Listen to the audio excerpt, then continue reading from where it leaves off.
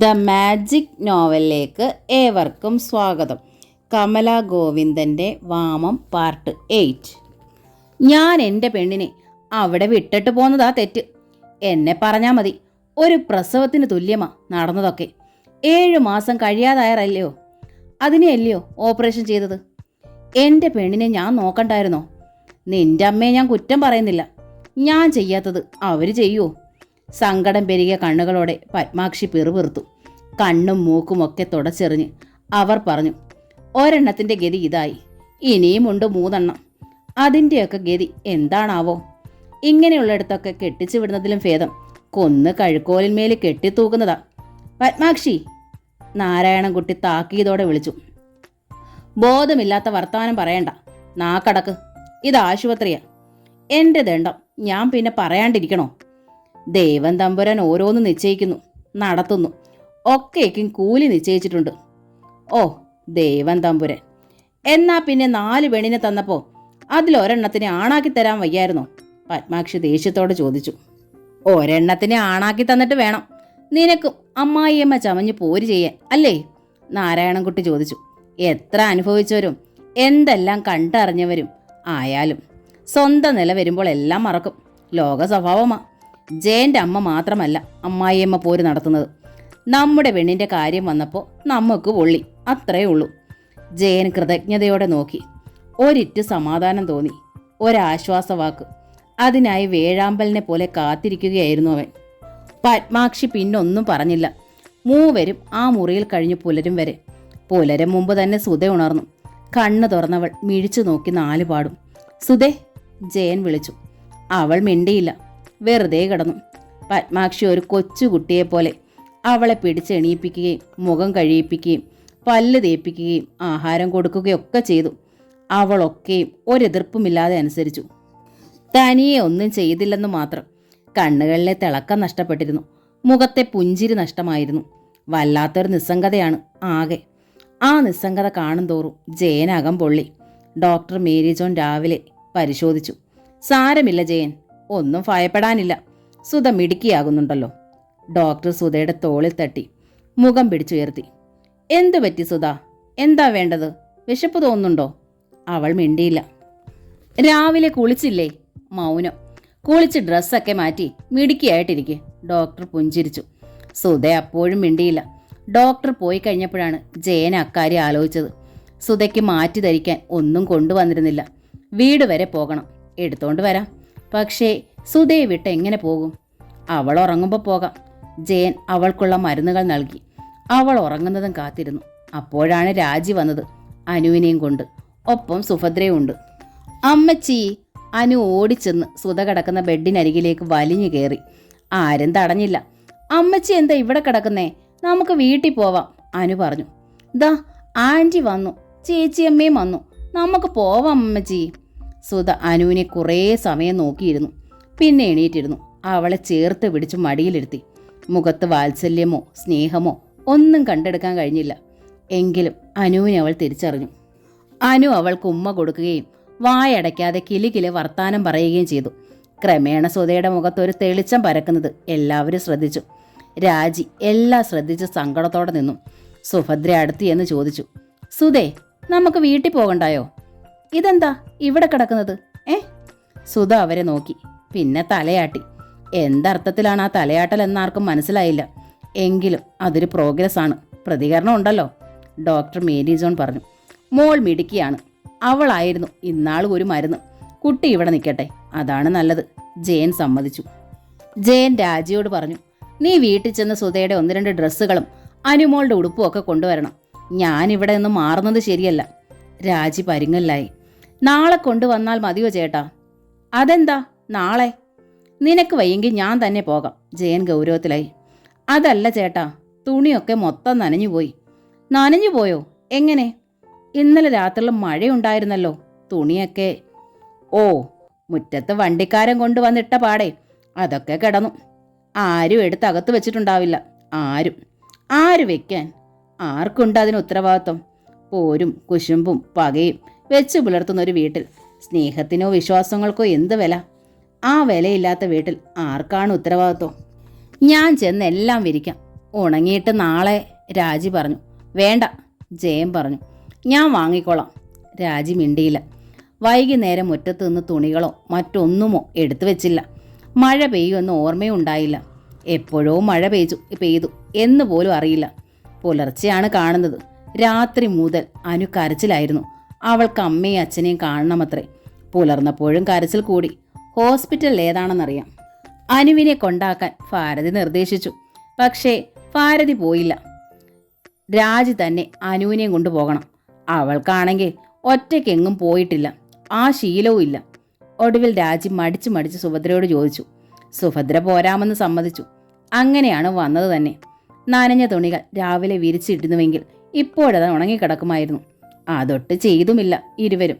ജയൻ പുറത്തിറങ്ങി 1-2 ഹൗസ് കോട്ടുകൾ വാങ്ങി വന്നു. പത്മാക്ഷി സുധയെ കുളിക്കാൻ സഹായിച്ചു. രാജിയും സുഭദ്രയും പോയി. ഉച്ച കഴിഞ്ഞ് വൈകുന്നേരം ആയപ്പോഴേക്കും സുധ സാധാരണ നില പോലെ കാണപ്പെട്ടു. ഒന്നും സംസാരിച്ചില്ലെങ്കിലും മുഖത്തെ അപരിചിതത്വം മാറി. ഒരു തെളിമ കണ്ടു. ഒരുപക്ഷെ അനുവിന്റെ സാമീപ്യമായിരിക്കാം. ഏതായാലും ജയന് ശ്വാസം മുട്ടൽ നിന്നു. ഉത്കണ്ഠയ്ക്കും നേരിയ ശമനം. നാരായണൻകുട്ടി വീട്ടിലേക്ക് പോയി. വൈകുന്നേരം എത്താമെന്ന കരാറിൽ. അച്ഛാ, വിശക്കുന്നു, അനു പറഞ്ഞു. അച്ഛൻ മോൾക്ക് അപ്പം വാങ്ങിത്തരാം, ജയൻ സുധയോട് ചോദിച്ചു. സുധയ്ക്ക് എന്താണ് വേണ്ടത് കഴിക്കാൻ? അവൾ മുഖം കുനിച്ചു പിടിച്ചു. ജയ, ഞാൻ പോയി വാങ്ങി വരാം, പത്മാക്ഷി പറഞ്ഞു. അത് വേണ്ട, ഞാൻ ഉടനെ വരാം. ഈ ജംഗ്ഷനിലല്ലേ? അനു ഉണ്ടല്ലോ സുധയുടെ അടുത്ത്, ജയൻ പറഞ്ഞു. എന്നാൽ പോയിട്ട് വേഗം വരണം. വരാം. ജയൻ പുറത്തിറങ്ങി ധൃതിയിൽ നടന്നു. ആശുപത്രി ജംഗ്ഷനിലെ ചായക്കടയിൽ പുട്ട് മാത്രമേ ഉള്ളൂ. അനു അത് തിന്നില്ല. ഒരു ഫർലോങ് അപ്പുറത്ത് ഒരു ചെറിയ ഹോട്ടലുണ്ട്. ധൃതിയിൽ അങ്ങോട്ട് നടന്നു. അവിടെ ചെന്നപ്പോൾ ഉഴുന്നുവടയുണ്ട്, പഴം പൊരിച്ചതും. രണ്ടും വാങ്ങി. അനുവിന് രണ്ടും ഇഷ്ടമാണ്. എല്ലാവർക്കും കഴിക്കാൻ വേണ്ടത് വാങ്ങി. അവിടെ നിന്ന് തന്നെ ഒരു പാത്രം വാങ്ങി ചായയും മേടിച്ചു. ധൃതിയിൽ തിരികെ പോന്നു. ഹോസ്പിറ്റലിൻ്റെ ഇടനാഴി തിരിഞ്ഞ് മുറിയുടെ സമീപം എത്തുമ്പോഴേക്കും കേട്ടു എന്തോ ഒരു ശബ്ദം. അകത്തുനിന്നും അമർത്തി ഒരു നിലവിളി. അത് അനുവിൻ്റെ അല്ലേ? ജയൻ ഒറ്റ കുതിപ്പിന് വാതിക്കിലെത്തി. എൻ്റെ ഈശ്വര! സുധയുടെ 2 കൈകളും അനുവിൻ്റെ കഴുത്തിൽ ബലമായി അമർന്നിരിക്കുന്നു. അനു കണ്ണു തുറച്ച് ജീവന് വേണ്ടി പിടയ്ക്കുന്നു. മുറിയിൽ മറ്റാരുമില്ല. ജയൻ ഒറ്റ കുതിപ്പിന് ബെഡിനരികിലെത്തി. ചായയും പലഹാരങ്ങളും ദൂരേക്കിട്ടു. സുധയെ ബലമായി പിടിച്ച് കൈകളകറ്റി. അനു താഴേക്ക് വീണു. അനുവിനെ കോരിയെടുത്ത് ജയൻ നോക്കി. കണ്ണടച്ച് ചലനമറ്റ്. അവളെയും കൊണ്ട് പിന്തിരിയവേ പിന്നിൽ പത്മാക്ഷി, സിസ്റ്റർ, ഡോക്ടർ. എന്താ ഇത്? എന്തു പറ്റി കുഞ്ഞിന്? പത്മാക്ഷി ചോദിച്ചു. ഡോക്ടർ, ജയൻ കരയുകയായിരുന്നു. ഞാൻ പുറത്തേക്ക് പോയതാണ്. 10 മിനിറ്റ് ആയിട്ടില്ല. വരുമ്പോൾ സുധ കുഞ്ഞിൻ്റെ കഴുത്തിൽ പിടിച്ച്. ഡോക്ടർ, എൻ്റെ കുഞ്ഞിനെ ഒന്ന് നോക്കൂ. എൻ്റെ കുഞ്ഞിന് എന്ത് പറ്റിയെന്നൊന്ന് പറയൂ. എൻ്റെ പരദേവതേ!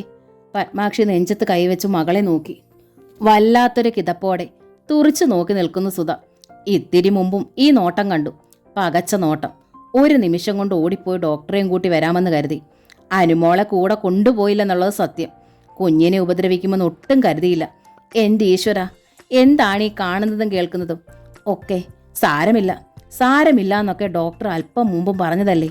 എന്നിട്ട് പൊന്നിലെ പൂവ് പോലെ അവൾ കരുതിയിരുന്ന കുഞ്ഞിൻ്റെ കഴുത്തിൽ പിടിച്ച്. അപ്പോൾ സുധയ്ക്ക്, പത്മാക്ഷിക്ക് തല കറങ്ങുന്നത് പോലെ തോന്നി. ഡോക്ടർ മേരി ജോൺ അനുവിനെ പരിശോധിച്ചു. ഒരു ഇഞ്ചക്ഷൻ കൊടുത്തു. ഭാഗ്യമുണ്ട്, ഡോക്ടർ മേരി ജോൺ പറഞ്ഞു. കുട്ടിക്ക് കുഴപ്പമൊന്നുമില്ല. ഡോക്ടർ അനുവിൻ്റെ കഴുത്തിൻ്റെ ഭാഗത്ത് തലോടി. മോളെ അനുമോളെ, ഡോക്ടർ പതിയെ വിളിച്ചു. അനു തലയനക്കി കണ്ണുകൾ തുറന്നു. ഒരു നിമിഷം കഴിഞ്ഞവൾ ജയനെ കണ്ടു. അച്ഛാ, അനു ഉറക്കെ കരഞ്ഞു. ജയൻ കുട്ടിയെ കോരിയെടുത്ത് നെഞ്ചത്തമർത്തി തലോടി. അച്ഛൻ്റെ പൊന്നു മോളെ, തങ്കക്കുട്ട. 2 കണ്ണുകളും കവിഞ്ഞൊഴുകുന്നത് ജയൻ പോലും അറിഞ്ഞില്ല. ഡോക്ടർ മേരി ജോൺ ജയനെ സഹതാപത്തോടെ നോക്കി. പാവം ചെറുപ്പക്കാരൻ. എത്ര സുഖമായി സന്തോഷമായി ജീവിക്കേണ്ടുന്ന പ്രായം. കുടുംബത്ത് കലഹമുണ്ടായാൽ കഷ്ടം. ഡോക്ടർ മേരി ജോൺ സുധയെയും പരിശോധിച്ചു. നേരിയ രീതിയിൽ ശാസിച്ചു. എന്ത് പണിയാ സുധ ചെയ്തത്? കുട്ടിയെ കൊല്ലാൻ നോക്കുന്നോ? അനു സുധയുടെ മോളല്ലേ? അവൾ മിണ്ടിയില്ല. ഒരേ ഇരിപ്പിരുന്നു. ഡോക്ടറെ ശ്രദ്ധിച്ചതേയില്ല. Mister Jayan, doctor Mary John ജയനെ പുറത്തേക്ക് വിളിച്ചു. അവരുടെ നോർമൽ സ്റ്റേജിന് പെട്ടെന്ന് വ്യത്യാസം വന്നിട്ടുണ്ട്. നിങ്ങൾ അടുത്തില്ലാതിരുന്നതാവാം കാരണം. കഴിഞ്ഞ തവണത്തേതുപോലെ നിസ്സാരമല്ല ഇത്തവണയെന്ന് തോന്നുന്നു. സുധ ഒരു സൈക്കാട്രിസ്റ്റിന് തന്നെ കാട്ടുന്നതാവും നല്ലത്. ഡോക്ടർ അത് ജയൻ ആകെ നടുങ്ങിപ്പോയി. സൈക്കാട്രിസ്റ്റിനെ കാണിക്കുക. സുധേ. ജയൻ തളർന്നു. വല്ലാതെ. ഭിത്തിയിന്മേൽ ചാരി നിന്നവൻ കിതച്ചു. തോളത്ത് തല ചായ്ച്ചിരുന്ന അനുവിന് ഒരാനയോളം ഭാരമുണ്ടെന്ന് തോന്നി. പത്മാക്ഷി അവന്റെ തോളിൽ നിന്നും അനുവിനെ പിടിച്ചു വാങ്ങി. അവരും കേട്ടു ഡോക്ടർ പറഞ്ഞ വാചകം. മകളെ ഭ്രാന്തിന്റെ ഡോക്ടറെ കാട്ടാൻ. ഒരമ്മയുടെ ഹൃദയം തകരാൻ ഇതിലധികം എന്തു വേണം? മിസ്റ്റർ ജയൻ, ഡോക്ടർ അലിവോടെ പറഞ്ഞു, മറ്റെല്ലാ ഡോക്ടറെയും കാട്ടും പോലെ തന്നെയാണിതും. ഒരു ജലദോഷം പിടിപെട്ടാൽ നമ്മൾ കാണുന്ന അതേ ഡോക്ടറെ തന്നെയാവും കടുത്ത ജ്വരം പിടിപെടുമ്പോഴും കാണുക. ഒരു രോഗത്തിന്റെ ആരംഭദശയിലും ആ രോഗത്തിന്റെ അത്യാസന്ന നിലയിലും ഒരേ ഡോക്ടർക്ക് തന്നെ ചികിത്സിക്കാൻ കഴിയുമെന്ന് സാരം. എനിക്ക് ചെയ്യാൻ കഴിയുന്നതിനൊരു പരിധിയുണ്ട്. അതിനുള്ളിൽ ഒതുങ്ങി നിൽക്കില്ല എന്നൊരു തോന്നൽ. That's all. ഒരു മെന്റൽ വിദഗ്ധന്റെ മുമ്പിൽ സുധയുടെ ഈ സ്റ്റേജ് ഒരു ജലദോഷത്തിന്റെ ആരംഭം പോലെയേ ഉള്ളാവൂ. നിസ്സാരമായി തീർക്കാവുന്നതേ ഉള്ളൂ. അതുകൊണ്ടാണ് ഞാൻ പറഞ്ഞത്. മിസ്റ്റർ ജയന് മനസ്സിലായോ? ആയി എന്നോ ഇല്ല എന്നോ വ്യാഖ്യാനിക്കാവുന്ന ഒരു തലയാട്ടൽ മാത്രമായിരുന്നു പ്രതികരണം. ആലോചിച്ച് വേണ്ടത് ചെയ്യൂ. ഡോക്ടർ പോയി. തലയ്ക്ക് ആകെ ഒരു മരവിപ്പായിരുന്നു ജയന്. ഭ്രാന്ത് തനിക്കാണോ എന്നായി അവൻ്റെ സംശയം. മെന്റൽ ഡോക്ടറെ കാണേണ്ടത് സുധയോ അതോ താൻ തന്നെയോ? സുധയ്ക്ക് ഭ്രാന്തുണ്ടോ? ജയന്റെ നെഞ്ച് മുട്ടിയുടറി. തന്നിൽ പെട്ടെന്ന് വന്ന പരിവർത്തനം അമ്മയ്ക്ക് സഹിക്കാൻ പറ്റാത്തതുപോലെ തന്നെ സുധയ്ക്കും ഉൾക്കൊള്ളാൻ പറ്റിയില്ലെന്ന് വരുമോ? 4 വർഷവും താൻ ഒന്നും അറിയാത്തവനായി, തൻ്റെ ഇടമില്ലാത്ത വെറും മന്ദനായി കഴിഞ്ഞു. ഇനിയും അങ്ങനെ തന്നെ കഴിഞ്ഞിരുന്നെങ്കിൽ അമ്മയ്ക്ക് താൻ നല്ല മകനായിരുന്നേനെ, രാജിക്ക് നല്ല ആങ്ങളയായിരുന്നേനെ. സുധയ്ക്ക് ഒരു നല്ല ഭർത്താവിനെ കിട്ടുമായിരുന്നോ? അതെന്തേ അവൾ ചിന്തിക്കാതിരുന്നത്? മനസ്സ് ചേഞ്ച് ചെയ്യാതെ സഹിച്ച് നെഞ്ചകം പിഞ്ഞി താൻ ഇതിനോടകം ഭ്രാന്താശുപത്രിയിൽ അടയ്ക്കപ്പെടുമായിരുന്നു എന്ന് സുധ എന്തേ ഓർക്കാതിരുന്നത്? അതോ താൻ കരുതുന്നത്രേ ചിന്താശക്തി ഇല്ലാത്തവളാണോ സുധ? അല്ലെങ്കിൽ പിന്നെ ഈ മാറ്റത്തിന്റെ കാരണം അമ്മയെ ഭയന്നിട്ടോ അതോ അമ്മയുടെ പ്രഹരം അവളുടെ സമനില തെറ്റിക്കാൻ പോകുന്നത്ര കടുത്തതായിരുന്നോ? ആയിരിക്കണം. വാടക വീട്ടിലേക്ക് പോകാൻ ഒരുങ്ങുന്നതിന്റെ ചുരുക്ക്, രാത്രിയിൽ താൻ സ്റ്റൗവും പാത്രങ്ങളുമൊക്കെ തല്ലി പൊട്ടിച്ചതിന്റെ ചുരുക്ക്, അതിനു മുമ്പും ഹോമം മുടക്കിയതിന്റെ പക, എല്ലാം സുധ കാരണമാണെന്നമ്മ കരുതുന്നു. ആ വൈരാഗ്യമൊക്കെ കൂടി അമ്മ കയ്യിൽ ആവാഹിച്ച് സുധയുടെ തലയ്ക്കടിച്ചു. അമ്മ അറിഞ്ഞിരിക്കില്ല മകന്റെ ജീവിത താളത്തെ അപ്പാടെയാണ് അമ്മ തല്ലി തകർത്തതെന്നും, അല്ല മകനെ തന്നെയാണ് തല്ലി തകർത്തതെന്നും. അതിന് ജയൻ സ്വന്തം തലയ്ക്ക് തല്ലി. അത്രയൊക്കെ കൂടുതലുണ്ടോ സുധയ്ക്ക്? ഒരു ഷോക്ക് അത്രയല്ലേ ഉണ്ടാവൂ. എൻ്റെ ഭഗവതി കാക്കണേ, എന്നെയും സുധയും കാക്കണേ. ജയൻ ഉള്ളുരുകി പ്രാർത്ഥിച്ചു. പിറ്റേന്ന് രാവിലെ തന്നെ ജയൻ ഒരു ടാക്സി പിടിച്ചു. ഡോക്ടർ മേരി ജോൺ എല്ലാ വിവരങ്ങളും റെഫർ ചെയ്യുന്ന ഒരു ലെറ്റർ നൽകി. തനിക്കറിയാവുന്ന ഒരു നല്ല ഡോക്ടറെ ഫോണിലൂടെ പറഞ്ഞ് ഏർപ്പാട് ചെയ്യുകയും ചെയ്തു. ഡോക്ടർ മേരി ജോൺ റെഫർ ചെയ്തിരുന്നതിനാൽ ഡോക്ടറെ കാണുന്നതിന് ഒട്ടും ബുദ്ധിമുട്ടേണ്ടി വന്നില്ല. ഡോക്ടർ രാജേന്ദ്ര പ്രസാദ് മധ്യവയസ്കനാണ്. അദ്ദേഹത്തോട് ജയൻ ഒന്നും മറച്ചു വെക്കാതെ തുറന്നു പറഞ്ഞു. ഡോക്ടർ മേരി ജോൺ കേസിനെക്കുറിച്ച് ചിലതൊക്കെ അദ്ദേഹത്തെ അറിയിച്ചിരുന്നു. ജയനെ തന്നെയാണ് ആദ്യം വിളിച്ചതും. വേറെ താമസിക്കാനുള്ള ആരംഭത്തിലാണ് ഈ സംഭവം അല്ലേ? ഡോക്ടർ രാജേന്ദ്ര പ്രസാദ് ചോദിച്ചു. അതെ, ജയൻ പറഞ്ഞു. മാറി താമസിക്കാൻ പോകുന്നു എന്നതാണോ അതോ നിങ്ങളുടെ മദറിന്റെ പ്രഹരമാണോ സുധയുടെ ഈ ഭാവത്തിന് കാരണമെന്ന് നിങ്ങൾ കരുതുന്നത്? എനിക്കറിയില്ല ഡോക്ടർ. ജയന്റെ സ്വരം പതറി. എനിക്കിവളെ തിരിച്ചു കിട്ടണം. നോർമലായി, ഒരുമിച്ചെങ്കിൽ ഒരുമിച്ച്, വേറിട്ടെങ്കിൽ വേറിട്ട്. അവളുടെ ഇഷ്ടം പോലെ എന്തും ചെയ്യാൻ ഞാൻ തയ്യാറാണ് ഡോക്ടർ. യഥാർത്ഥത്തിൽ നിങ്ങളുടെ മദർ അല്ല ഇതിനൊന്നും കാരണക്കാരി. ഡോക്ടർ രാജേന്ദ്ര പ്രസാദ് ജയന് നേരെ വിരൽ ചൂണ്ടി. നിങ്ങളാണ്, നിങ്ങൾ മാത്രം. സത്യത്തിൽ ട്രീറ്റ്മെന്റ് വേണ്ടത് നിങ്ങൾക്കായിരുന്നു. ജയൻ കണ്ണുമിഴിച്ചു. നിങ്ങളുടെ മദർ വളരെ ചെറുപ്പത്തിൽ തന്നെ വിധവയായി. ഡോക്ടർ തുടർന്നു. അവർ നിങ്ങൾക്ക് വേണ്ടി ജീവിച്ചു എന്നത് ശരി. പക്ഷേ അതിനുള്ളിൽ അവർ ചെയ്ത വലിയൊരു ത്യാഗമുണ്ട്. അവരുടെ എല്ലാ ആശകളെയും നിങ്ങൾക്കായി ബലി കഴിച്ചു എന്നത്.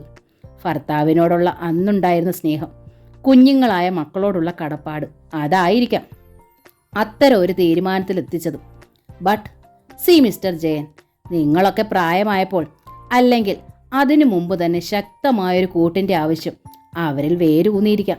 ഒരു താങ്ങ് അതവർ ആഗ്രഹിച്ചിരിക്കും. തികച്ചും സ്വാഭാവികമാണത്. നിങ്ങൾ വിവാഹിതനായപ്പോൾ നിങ്ങളുടെ ഭാര്യയും നിങ്ങളുമായുള്ള ജീവിതം അവരിൽ പണ്ടെന്നോ കുഴിച്ചു മൂടിയ ആശകളെ മാന്തി പുറത്തെടുത്തിരിക്കാം. അതുമല്ലെങ്കിൽ നല്ല പ്രായത്തിൽ തനിക്ക് നഷ്ടപ്പെട്ട എന്തോ ഒന്നും അത് തനിക്ക് മുമ്പിൽ വെച്ച് അനുഭവിക്കുന്ന ഒരുവൾ, അവളാണ് നിങ്ങളുടെ ഭാര്യ.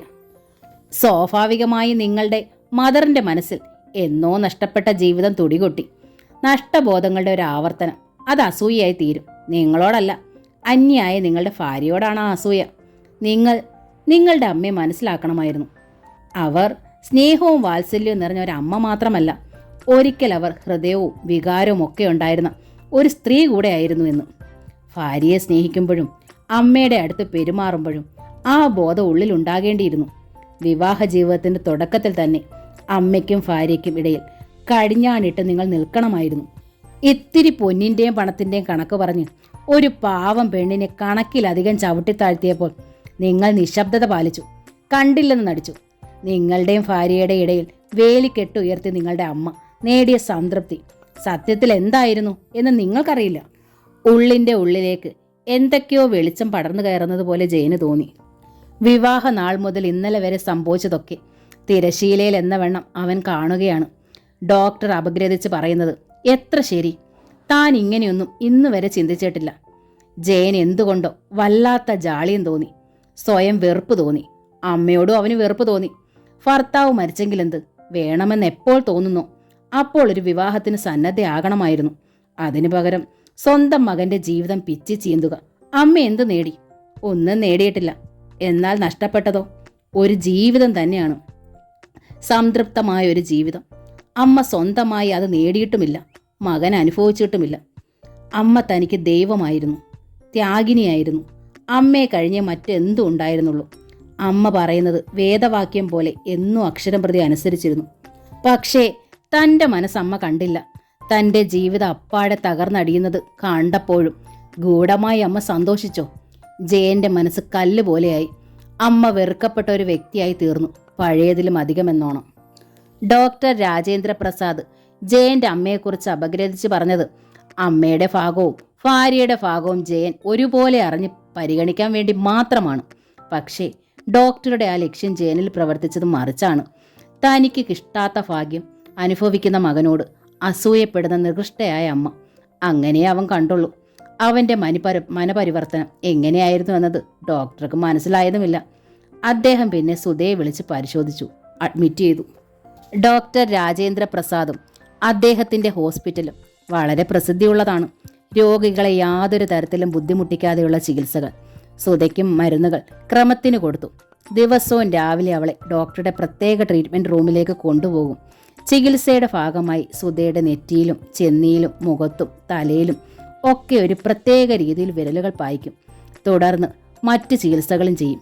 ഇഞ്ചക്ഷൻ, സംസാരം, ഉപദേശം, അങ്ങനെ വളരെ സഹകരണ മനോഭാവത്തിലൂടെയാണ് ഡോക്ടർ രാജേന്ദ്ര പ്രസാദിന്റെ ചികിത്സ. ഓരോ ദിവസവും അനൂനയും കൊണ്ട് ജയൻ പുറത്ത് കാത്തു നിന്നു. നെഞ്ചാകെ പൊള്ളി. ജീവനുള്ള ഒരു ശവം മാതിരിയുള്ള നിൽപ്പ്.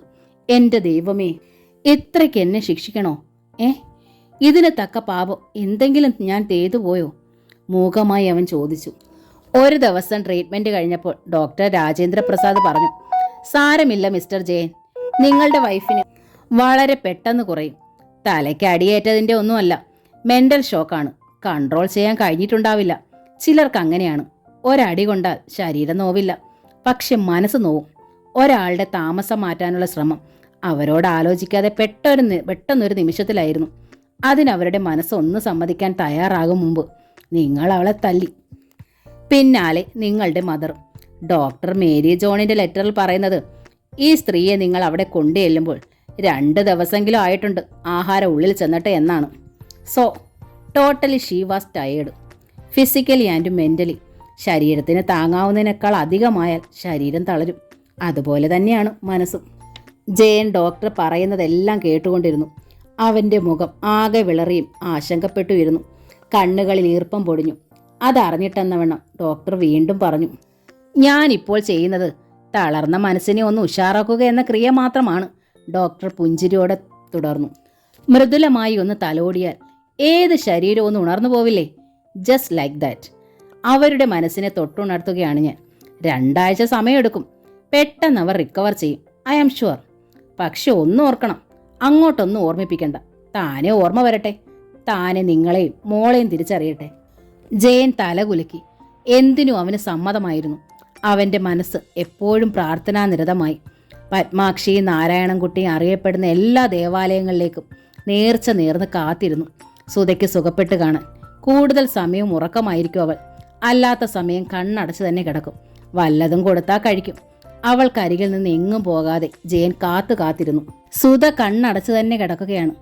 ഇടയ്ക്കിടെ കണ്ണുകൾ ചിമ്മുകയും തല അങ്ങോട്ടും ഇങ്ങോട്ടും തിരിക്കുകയും ചെയ്തു. വെറുതെ എന്നോണം. അവൾ എത്ര മാറിപ്പോയി, എത്ര ക്ഷീണിച്ചു. ഈ മുഖം അപരിചിതമായിരിക്കുന്നു. തൻ്റെ സുധ തന്നെയാണോ എന്ന് സംശയിക്കണം. അത്രയേറെ മാറ്റം. അവൻ നെടുവീർപ്പെട്ടു. പിന്നെ കാത്തിരുന്നു അവളുടെ കണ്ണുകൾ തുറക്കാൻ, ഒന്ന് ചിരിച്ചു കാണാൻ, ജയേട്ട എന്ന് വിളിക്കുന്നത് ഒന്ന് കേൾക്കാൻ. എന്നുണ്ടാകും ഈ വിളി? ഒരു വൈകുന്നേരം സുധ പതിയെ കണ്ണുകൾ തുറന്നു. ഇമ ചിമ്മാതെ നോക്കി. തന്നോട് ചേർന്നിരിക്കുന്ന ജയന്റെ കൈത്തണ്ടയിലൊന്ന് അമർത്തി പിടിച്ചു. ജയന്റെ അകതാരിൽ ഒരു നേരിയ കുളിർക്കാറ്റ്. വീണ്ടും അവൾ കണ്ണടച്ചു. പിന്നെ കണ്ണു തുറന്നപ്പോൾ അവൾ അനുവിൻ്റെ നേരെ നോക്കി.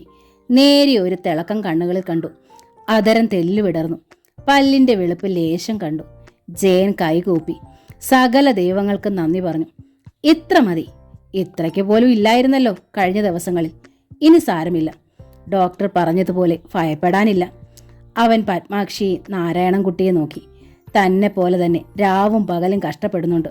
സുധയുടെ അച്ഛനും അമ്മയും 3 അനിയത്തിമാരും മാറി മാറി വരുന്നുണ്ട്, ആഹാരവും പാകപ്പെടുത്തിക്കൊണ്ട്. ഓ, ഹോട്ടലിൽ നിന്നൊക്കെ കിട്ടുന്നത് എന്തോന്നാ? ഒന്നാമത് വായിലേക്ക് വെക്കാൻ കൊള്ളില്ലവ. രണ്ടാമത് കാശ് എന്തോന്നാ ഒരു നേരത്തെ ആഹാരത്തിൻ്റെ വില. അത് 3-4 പേർ കാവുമ്പോഴോ 2 അരി വെച്ച് 2 കൂട്ടം കൂട്ടാനും വെച്ചുണ്ടാക്കി കൊണ്ടുവരുന്നത് ഇത്ര ഛേദമുള്ള കാര്യമാണോ? പത്മാക്ഷിയുടെ അഭിപ്രായം അതാണ്. തനിക്ക് ലാഭമുണ്ടാക്കി തരികയാണ് ആ അമ്മ. തൻ്റെ അമ്മയോ? ഇവിടെ വരെ ഒന്നും വരാൻ പോലും തോന്നിയിട്ടില്ല. രാജിയും പിന്നീട് വന്നിട്ടില്ല. എന്തേ അവരിങ്ങനെയായി? ക്രമേണ സുധ നോർമൽ സ്റ്റേജിലേക്ക് വരികയാണ്. പകച്ച നോട്ടമില്ല, തുറിച്ച നോട്ടമില്ല, മുഖം താഴ്ത്തിയുള്ള ഇരിപ്പില്ല, കണ്ണടച്ചുള്ള കിടപ്പില്ല. കണ്ണുകൾക്ക് ജീവൻ വെച്ചതുപോലെ, മുഖത്ത് രക്തമയം ഉള്ളതുപോലെ. അവളിലെ ഓരോ മാറ്റവും ഉൾക്കൊണ്ടുകൊണ്ട് ജയൻ ആ മുറിയിൽ തന്നെ കഴിച്ചുകൂട്ടി. മറ്റൊരു ലക്ഷ്യമില്ലാത്തതുപോലെ, എങ്ങും പോകാതെ. 3-ാം ദിവസം വൈകുന്നേരം നാരായണൻകുട്ടിയും പത്മാക്ഷിയും വീട്ടിലേക്ക് പോയിരുന്നു. കുളിച്ച് ഡ്രസ്സ് മാറി ആഹാരമൊക്കെ കൊണ്ടുവരാൻ വേണ്ടി അനുവിന് കാപ്പിയും മിക്സ്ചറും കൊടുക്കുകയായിരുന്നു ജയൻ. ജയേട്ടാ! അപ്പോഴായിരുന്നു ആ വിളി. ജയൻ ഞെട്ടിപ്പിടഞ്ഞെണീറ്റു. ഹൃദയത്തിലേക്ക് ഒരു തേനരുവി പെട്ടെന്ന് ഒഴുകിപ്പരുന്ന പ്രതീതി. സുധ ബെഡിൽ എണീറ്റിരിക്കുകയാണ്. അവൾ 4 പാട് നോക്കുന്നുണ്ട്. ജയൻ അവളുടെ അടുത്തേക്ക് വന്നു. അവൾക്കരികിലിരുന്നു. ജയേട്ടാ, നമ്മൾ എന്താ ഇവിടെ? ഇതൊരു ഹോസ്പിറ്റലല്ലേ? ഉത്കണ്ഠയോടെ സുധ ചോദിച്ചു. അതെ, ഇത് ഹോസ്പിറ്റലാണ്, ജയൻ പതിയെ പറഞ്ഞു. നമ്മൾ ഇവിടെ വന്നത്? സുധ ഓർമ്മയിൽ ചിക്കി ചികഞ്ഞു. എന്തിനാണ് വന്നത്? നീ തന്നെ പറയൂ. നിനക്ക് എന്തു പറ്റിയതാണ്? ജയൻ മനഃപൂർവ്വം തന്നെ ചോദ്യം അവളിലേക്ക് തിരിച്ചു. അവൾ എന്തു പറയുന്നു എന്നറിയണമല്ലോ. ഒന്നും അങ്ങോട്ട് ഓർമ്മിപ്പിക്കണ്ട. അനു സുധയുടെ അടുത്തേക്ക് ചെന്നതേയില്ല. അന്നത്തെ സംഭവത്തിന് ശേഷം അവൾക്ക് സുധയെ വലിയ ഭയം തന്നെ ആയിരിക്കുന്നു. ഭയത്തോടെ അനു അവിടെ തന്നെ ഇരിക്കുകയാണ്. ഞാൻ സുധ ഓർമ്മയുടെ ഓളപ്പാത്തിയിലേക്ക് മുങ്ങാങ്കുഴിയിട്ടു. അവളുടെ തലയ്ക്കുള്ളിൽ ചുഴികളും മലരികളും പുട്ടുവിടർന്നു. എന്തോ വലിയൊരു ഇരുട്ട് എൻ്റെ തലയ്ക്കുള്ളിലേക്ക് അടിച്ചു കയറി. ആകെ ഒരു പ്രകമ്പനം പോലെ. ഒരുപാട് അരൂപികൾ നൃത്തം ചെയ്തു. നിഴലുകൾ അലറി വിളിച്ചു. എന്നെ ഞെക്കി പിഴിഞ്ഞു കൊല്ലാൻ വന്നു. ഞാൻ ചില നിഴലുകളെ പിടിച്ചു ഞെരിച്ചു. പിശാചുകൾ പോലെ ഒത്തിരി പേരെ ഞാൻ കൊന്നു. സുധേ! ജയൻ അവളെ കുലുക്കി വിളിച്ചു. നീ എന്താണ് ഈ പറയുന്നത്? അവൻ വീണ്ടും ഭയന്നു. ഒരു സ്വപ്നം പോലെ എൻ്റെ ഓർമ്മയിൽ നിൽക്കുന്ന കാര്യമാണ് ഞാൻ പറഞ്ഞത്. കുറേ നിഴൽ രൂപങ്ങൾ എന്നെ ഉപദ്രവിച്ചു. ഞാനും ഉപദ്രവിച്ചു, സുധ പതിയെ പറഞ്ഞു. നിന്റെ തലയ്ക്കുള്ളിലേക്ക് ഇരട്ട് കയറിയത് എങ്ങനെയാണ്? ഓർക്കുന്നോ നീ? ജയൻ ചോദിച്ചു.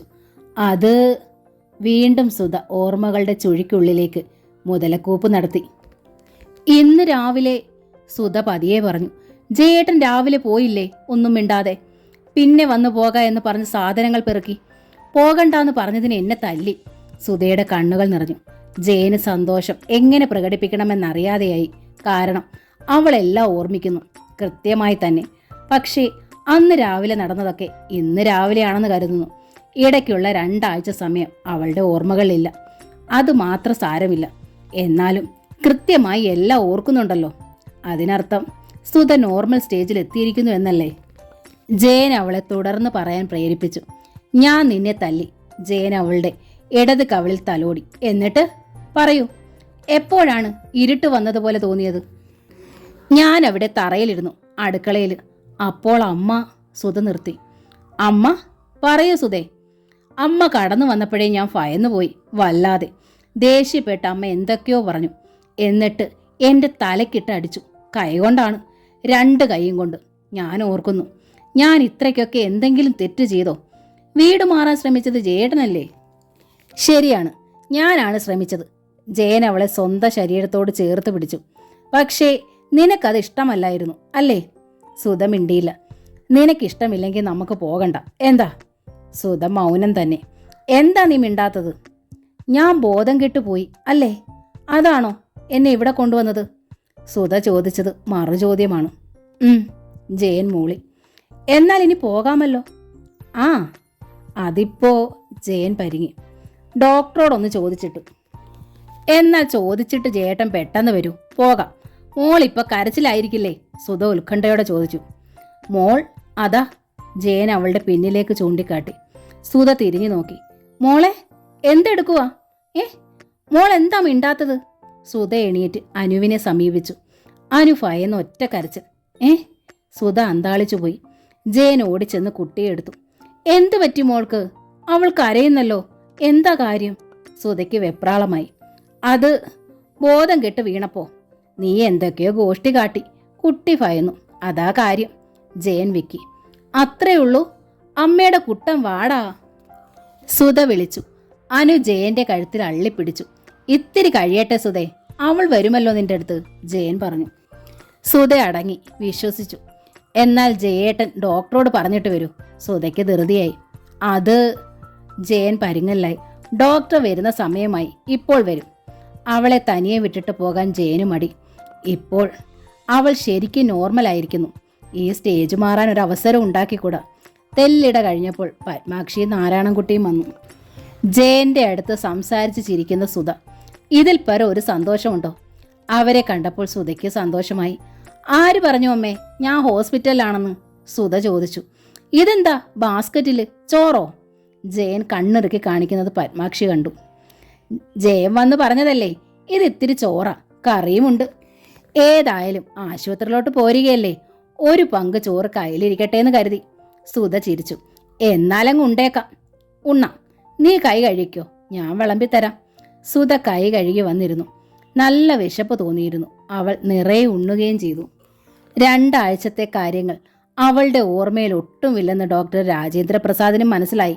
അതുകൊണ്ട് തന്നെ ആ കാലയളവിനെക്കുറിച്ചോ അനുവിൻ്റെ കഴുത്തിന് പിടിച്ചതിനെക്കുറിച്ചോ പെട്ടെന്നെങ്ങും അവളെ അറിയിക്കേണ്ടെന്നും ഡോക്ടർ നിർദ്ദേശിച്ചു. ബോധക്ഷയത്തിനും ക്ഷീണത്തിനുമുള്ള ചികിത്സ എന്ന വ്യാജേന 4 ദിവസം കൂടി സുധയ്ക്ക് അവിടെ ട്രീറ്റ്മെൻറ്റ് നടത്തിയിട്ടേ വിട്ടുള്ളൂ. പോകും മുമ്പ് സുധയെ പ്രത്യേകം ഡ്യൂട്ടി റൂമിലേക്ക് വിളിച്ചു. ഉപദേശം പോലെ, എന്നാൽ മനസ്സിലേക്ക് തറഞ്ഞു കയറത്തക്ക വിധം ഡോക്ടർ അവളോട് പറഞ്ഞു. ജയൻ എന്നോടെല്ലാം പറഞ്ഞു കേട്ടോ. ജയൻ്റെ അമ്മയെക്കുറിച്ചും അമ്മയുടെ നിലപാടിനെക്കുറിച്ചും ഒക്കെ. എത്രയായാലും അവർ ഒരമ്മയല്ലേ. അവരുടെ ഏക ആശ്രയവും പ്രതീക്ഷയുമാണ് ഈ ഒരു മകൻ. സുധയെ അതറിഞ്ഞു പെരുമാറണം. പോരും വഴക്കും ഇല്ലാത്ത വീടേതാ? പ്രശ്നങ്ങൾ പലർക്കും പലതായിരിക്കാം എന്നു മാത്രം. സുധ എല്ലാം കേട്ടിരുന്നു.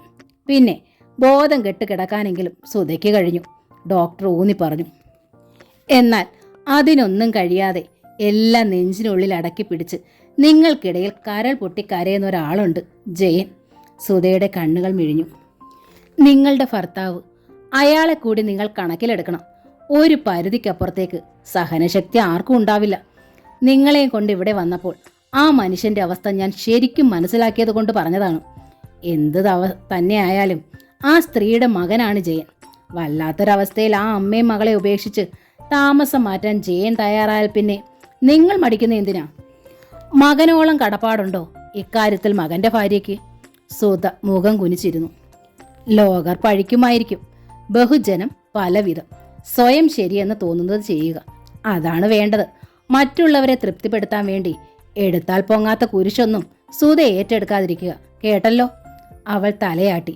ജയൻ ടാക്സി വരുത്തിയിരുന്നു. നാരായണൻകുട്ടിയും പത്മാക്ഷിയും ഒപ്പം കയറി. സുധ മുറിയിൽ നിന്ന് ആദ്യമായിട്ടാണ് വെളിയിലേക്ക് ഇറങ്ങിയത്. കാറിനുള്ളിൽ അവളും കടന്നിരുന്നു. അനുവിനെ മടിയിൽ വെച്ച് ജയനും അവൾക്കൊപ്പം ഇരുന്നു. കാർ നീങ്ങി. ആ ഗേറ്റ് കടക്കുമ്പോൾ വെറുതെ ഒന്ന് തിരിഞ്ഞു നോക്കിയതാണ് സുധ. അവൾ ആ വലിയ ബോർഡ് കണ്ടു. Mental hospital. മെന്റൽ ഹോസ്പിറ്റലിലായിരുന്നോ താൻ? സുധയുടെ നെഞ്ചിൽ ഒരു വെള്ളിടി മുഴങ്ങി. വാമം എന്ന നോവലിൻ്റെ ഈ ഭാഗം ഇവിടെ പൂർണ്ണമാവുകയാണ്. അടുത്ത ഭാഗം ഉടൻ തന്നെ അപ്ലോഡ് ചെയ്യുന്നതായിരിക്കും. Thank you.